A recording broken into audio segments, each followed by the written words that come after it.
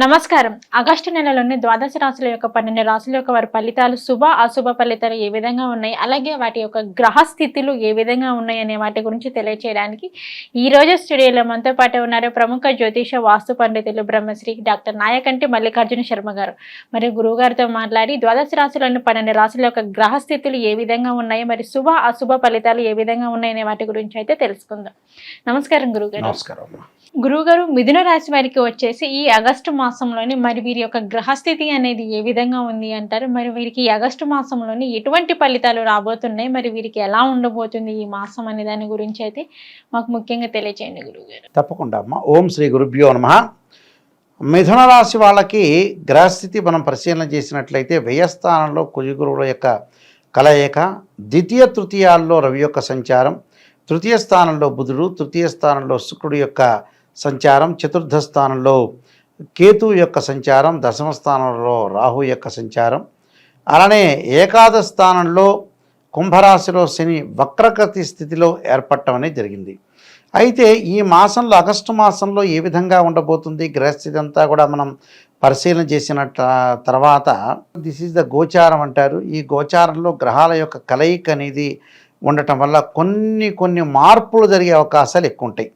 అంటే ప్రణాళికలు బద్ధంగా ముందుకు వెళ్ళటం, ఏదైతే ఒక ఎస్టిమేషన్ వేసి ప్రణాళికాబద్ధంగా ముందుకు వెళ్ళే అవకాశాలు ఎక్కువగా ఉండటం, సోదరుల యొక్క మద్దతు, కుటుంబంలో కూడా శుభ కార్యక్రమాలు చేసే అవకాశాలు ఉండటం, అలానే బట్టలు కొనుగోలు చేయటం, ఉద్యోగంలో మార్పులు, మరొక ప్రదేశాన్ని నుంచి మరొక ప్రదేశానికి వెళ్ళటం, వాహనాలు కొనుగోలు చేయటం, లగ్జరీ వాహనాల్లో తిరిగే అవకాశాలు ఎక్కువ ఉండటం, ఆత్మవిశ్వాసం బాగా పెరగటం, ప్రత్యర్థులు మిమ్మల్ని ఇబ్బందులు పెట్టే అవకాశాలు ఉండటం, అలానే ఇక్కడ స్థానచలనంతో పాటు కొంత నివాసంలో మార్పులు జరుగుతాయి.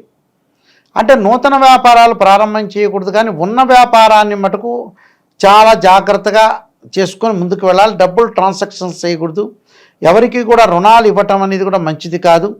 ఉద్యోగంలో భద్రత అవసరం, ఇబ్బందులు లేకుండా ఉండాలి. అలానే శారీరక శ్రమ, కొంత అవమానం జరిగే అవకాశం ఉంటుంది. అధిక వ్యయం అంటే డబ్బులు ఎక్కువగా ఖర్చు పెట్టుకోకుండా ఉండటం అనేది మంచిది. అలానే నేత్ర సంబంధమైన రోగాలు అంటారు, అంటే గ్లూకోమా ఉన్న, అలానే కంటికి సంబంధించిన జబ్బులు, శుక్లాలు కానీ, రెటీనా సంబంధించిన ప్రాబ్లమ్స్ కానీ ఇవన్నీ కూడా ఉండటం వల్ల నేత్ర సంబంధమైన అంటే కుడి కన్ను విషయంలో కొంత జాగ్రత్తగా తీసుకోవాలి. అంటే నేత్ర సంబంధ రోగాలని అర్థం. అలానే అకారణ కలహాలు, అంటే మన మంచివాడైనంత మాత్రం ఎదుటివాడు మంచివాడు కావాలని రూల్ లేదు కదా. అలా అకారణంగా మనం వెళ్తుండగా కూడా కొంతమంది కలహాలు పెట్టుకునే వ్యక్తులు చాలామంది ఉంటారు. శిరోవేదన అంటే తలనొప్పులు రావటం, తలకు సంబంధించిన ప్రాబ్లమ్స్ వచ్చే అవకాశాలు ఉంటాయి. కాబట్టి ఎక్కువగా తలనొప్పి పెట్టుకోకుండా, శిరోభారం కాకుండా ఇవన్నీ కూడా ఆలోచన చేసి ముందుకు వెళ్ళాలి. అలానే శారీరక సుఖంగా నిద్రపోవటం, ఆరోగ్యం బాగుండటం, మానసికంగా ఉల్లాసం, దాంతోపాటు బంధువులతోటి విరోధ భావాలు, అంటే బంధువులతోటి ఎంతో ఓపికగా సహనంగా ప్రవర్తన చేయాలి. ఆ సహనంగా ప్రవర్తన చేయటం వల్ల కూడా కొంత అనుకూలమైన ఫలితాలు వచ్చే అవకాశాలు ఎక్కువ ఉంటాయి. అంటే సహనం అనేది చాలా ఇంపార్టెంట్. అది దానితో పాటు వీళ్ళకి శత్రు ప్రమాద యోగాలు అంటారు. అంటే శత్రువుల వల్ల కొద్దిగా జాగ్రత్తగా ఉండటం చాలా మంచిది.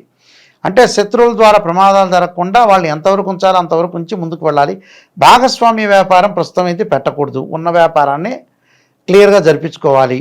అలానే వ్యయ ప్రయాసలు, ప్రతి పనికి కూడా కష్టంతో కూడుకొని ముందుకెళ్తారు. కార్యహాని, కొద్ది చిన్న ఆపదలు కలిగే అవకాశాలు ఉంటాయి. ఉద్యోగ భద్రత కూడా వాళ్ళకి అవసరం అవుతుంది. అలానే సోదరుల యొక్క మద్దతు ఉంటుంది. ఆర్థిక ప్రయోజనాలు కలుగుతాయి. వివాహం కాని స్త్రీ పురుషులందరూ కూడా వివాహాలు జరగటం, పెళ్లి పనులు పూర్తి అవకాశాలు ఉంటాయి. తల్లితో అనుబంధ బాంధవ్యం బాగా పెరుగుతుంటుంది. పెట్టుబడుల విషయంలో తొందరపాటు అనే నిర్ణయం తీసుకోకూడదు.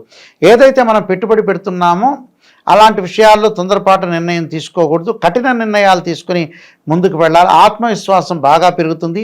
కుటుంబంలో శుభ కార్యక్రమాలు, దుస్తులు కొనుగోలు చేయటం, ప్రత్యర్థులు వీళ్ళని ఇబ్బంది పెట్టే అవకాశాలు ఉంటాయి. ఉద్యోగంలో కూడా పెను సవాళ్ళు ఉంటాయి.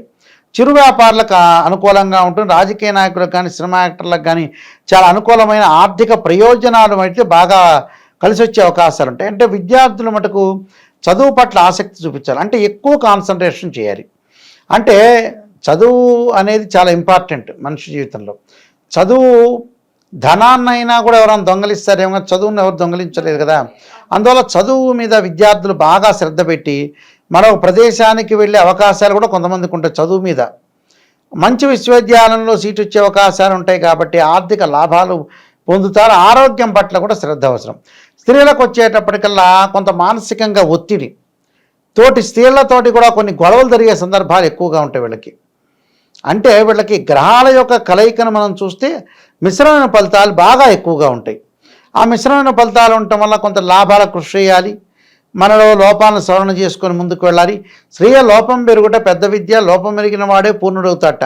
మనలో లోపాలు ఏదైతే ఉంటాయో మనం సవరణ చేసుకొని ముందుకు వెళ్తే మన జీవితంలో సక్సెస్ అయ్యే అవకాశం ఖచ్చితంగా ఉంటుంది. అంటే ఇవన్నీ కూడా మనం ఆలోచన చేయాలి. ఆలోచన చేసి ఏ విధంగా చేయాలి, ఎలా ముందుకు వెళ్ళాలి. మైగ్రేన్ తలనొప్పులు కూడా వచ్చే అవకాశాలు ఎక్కువ ఉంటాయి వీళ్ళకి శిరోవేదన వల్ల.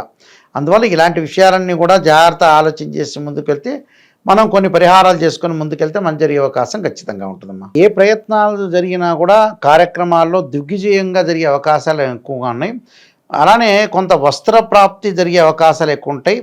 అలానే కొంత వీళ్ళకి వచ్చే శత్రునాశనం జరిగే అవకాశాలు ఉంటాయి. కొంత మానసికంగా ఒత్తిడి గురి కాకుండా ప్రతిదీ కూడా ప్రణాళికాబద్ధంగా చేస్తే చాలా మంచిది.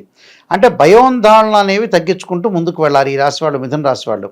అంటే భయాందోళన అంటే ఏమిటి అని అంటే వాళ్ళకి తృతీయ స్థానంలో రవి యొక్క సంచారం వల్ల ఆరోగ్యపరంగా ఇబ్బందులు ఉండవు, కానీ భయాందోళన విషయంలో కొంత జాగ్రత్తగా ఉండాలి. కొంత బంధువుల యొక్క విరోధాలు రాకుండా కొద్ది జాగ్రత్తగా ఉండాలి. అనూహ్యంగా కొంత ధనప్రాప్తి కలిగే అవకాశాలనే బాగా ఎక్కువ ఉంటాయి. అలానే స్త్రీలకు వచ్చే ఆరోగ్య విషయంలో కొన్ని ప్రత్యేకంగా శ్రద్ధ చూపించాలి. ఆధ్యాత్మిక రంగంలో అభివృద్ధి, విందులు, వినోదాలు, తీర్థయాత్రలు జరిగే అవకాశాలు ఉంటాయి. అలానే విదేశాలకు వెళ్ళే అవకాశాలు మటుకు కొంచెం 1-2 సార్లు తప్పిపోయే అవకాశాలు ఉంటాయి. అంటే అంబటే ప్రణాళికాబద్ధంగా రావు. ఎందుకంటే వీళ్ళకి ఆగస్టు మాసంలో కాలం అనేది మనతో పాటు లేదనుకోండి, కాలం పాముగా కాటేస్తుందట. అంటే కాలం బాగాలేకపోతే కాళ్ళు ముడుచుకొని కూర్చోమంటారు శాస్త్రం. నిజం చెప్పాలంటే మనది కానప్పుడు మనం జాగ్రత్తగా వహించి ముందుకు వెళ్తే మనకు మంచి జరిగే అవకాశం అనేది ఖచ్చితంగా ఉంటుంది. కాబట్టి బంధుమిత్రుల యొక్క అకాల మరణాలు కూడా కొన్ని సంభవించే అవకాశం ఉంది. ఆతృత పడకుండా మానసికంగా ఆందోళన చెందకుండా ఉండటం మంచిదమ్మా. మిథున రాశి వారికి వచ్చేసి ఈ ఆగస్టు మాసంలోనే వీరికి ఇంకా మెరుగైన ఫలితాలు కావాలనుకున్నా కానీ, లేదంటే కొంతమంది ఒక పని చేయాలి అనుకుంటారు, చేయలేకపోతారు. ఇట్లా అనుకున్న ఫలితాలు ఆగిపోకుండా సక్సెస్ అవ్వాలి అంటే మరి ఏ దేవుణ్ణి ఆరాధించి మరి ఎటువంటి పరిహారం చేసుకుంటే వీరికి బాగుంటుందని? వీళ్ళకి ప్రమాదాలు పొంచి ఉండకుండా ఉండాలంటే అంగారక స్తోత్ర పాలనం చేయాలి. అలానే శ్రీ దక్షిణామూర్తి నవరత్నమాల స్తోత్ర పాలనం చేయాలి. దక్షిణామూర్తిని భక్తి శ్రద్ధలతోటి చదువు పట్ల ఆసక్తి కలిగే వ్యక్తులందరూ కూడా చదువుకోవాలి, ధనం కలిసి రావాలి. అంటే దక్షిణామూర్తి అంటే పరమేశ్వరుడు యొక్క రూపం, ఆయన్ని స్తోత్ర పాలనం చేయాలి. అలానే ద్వాదశ జ్యోతిర్లింగ స్తోత్రాలు ఉంటాయి. అంటే ద్వాదశ జ్యోతిర్లింగ స్తోత్ర పాలనం చేసుకోవటం కూడా చాలా మంచిది.